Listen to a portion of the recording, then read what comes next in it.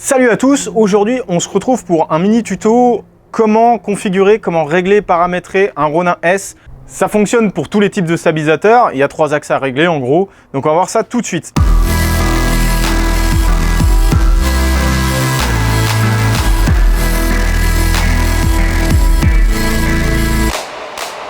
La première étape, c'est que vous montez votre Ronin. Donc ce qui est pratique, c'est que ça va assez vite. On se met le petit trépied en dessous, tac, on l'ouvre, on se met sur un sol plat, vous prenez votre boîtier, et donc là, ce qu'il faut bien penser, c'est de bien monter la batterie, de monter tous les accessoires auxquels vous aurez besoin, parce que dès qu'on va rajouter du poids, on va déséquilibrer l'ensemble. On enlève le bouchon d'objectif, on met les filtres s'il y en a, et on va mettre la semelle sous le boîtier. J'utilise une pièce de 10 centimes parce que c'est le seul diamètre qui fonctionne. Essayez de centrer la semelle dans un premier temps, même s'il faudra peut-être la rebouger après, mais on fait grosso modo un pré-réglage comme ça. Moi j'utilise le 1635 G-Master de chez Sony qui ouvre à 2.8, donc c'est un zoom. Forcément, si par exemple je le cale à 35 mm et si je le cale ensuite à 16, le poids va être complètement déséquilibré, donc il va falloir compenser ou re-régler à chaque fois. Personnellement, et ça fait déjà pas mal de temps que je fais cette technique, c'est que je vais me mettre sur un intermédiaire à 24 mm.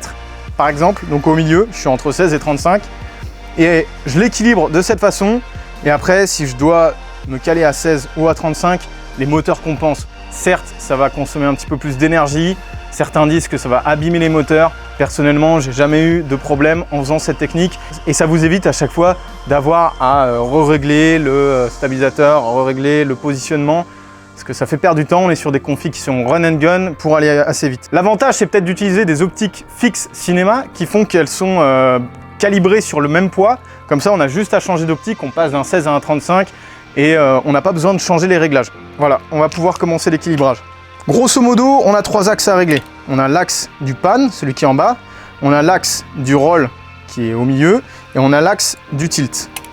Déjà, je suis pas dans le bon sens. On va commencer à fixer le boîtier. Sur le Ronin S, on a un petit plateau ici qui bouge de gauche à droite, celui sur lequel vous fixez la semelle, et on va essayer de venir coller au maximum le boîtier avec le moteur du tilt. Donc voilà, on se met ici, on se débrouille à ce que tout passe, on verrouille, ça c'est la première étape. On déplace le boîtier de façon à ce qu'il tombe ni en avant ni en arrière, donc on essaye de trouver le point d'équilibre. On verrouille cet axe-là, tac, on voit qu'il part directement à droite, moi je fais juste un pré-équilibrage de l'axe du roll pour qu'il soit à peu près centré. Voilà, on reviendra dessus juste ensuite. On va régler l'axe du tilt. Ce qu'on fait, c'est qu'en fait, on descend le boîtier, voilà, on le met comme ça à la verticale et on voit qu'en fait, au lieu de rester bien droit, il redescend. Donc là, il est mal calé et donc on va jouer sur cet axe-là. Donc, on va chercher soit l'avancer, soit le reculer.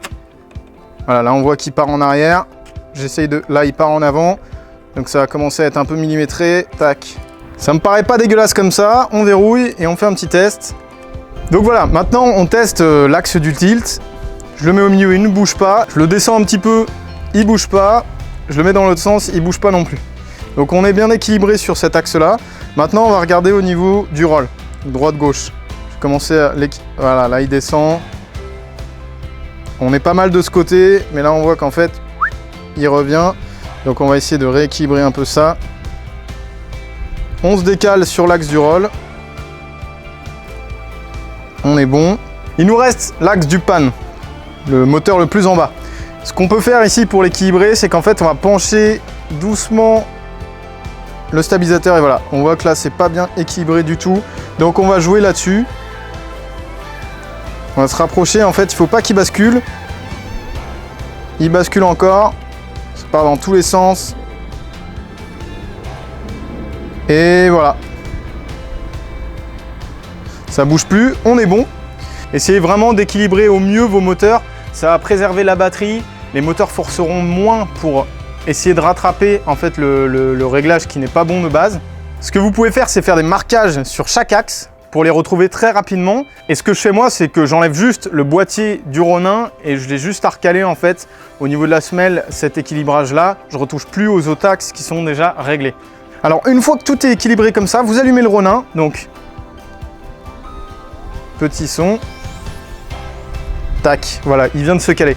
Et ce que vous faites, c'est qu'après, vous prenez votre smartphone et avec l'application Ronin, vous allez dans Connect Ronin, vous allez dans Configuration, Moteur paramètres, Autotune.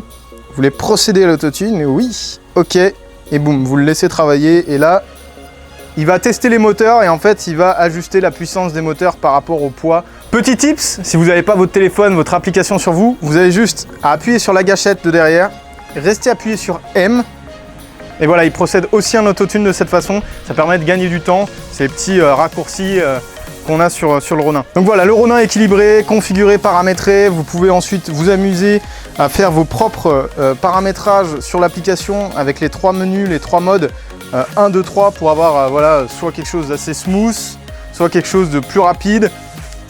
Vous pouvez vraiment ajuster tous les paramètres à votre guise, dont le fameux hop, mode 360. Il faut savoir que ce principe de réglage de la gimbal, des moteurs, des 3 moteurs, est le même sur tous les autres stabilisateurs du marché. Ça fonctionne de la même façon, il suffit d'arriver à trouver les points d'équilibre.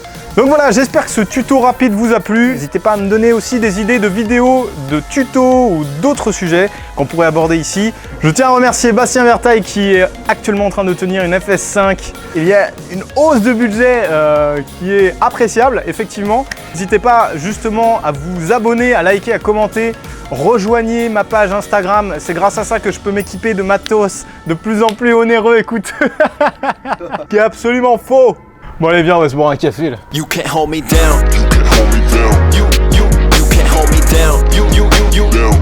You can't hold me down. You can't hold me down. You can't hold me down. You can't hold me down.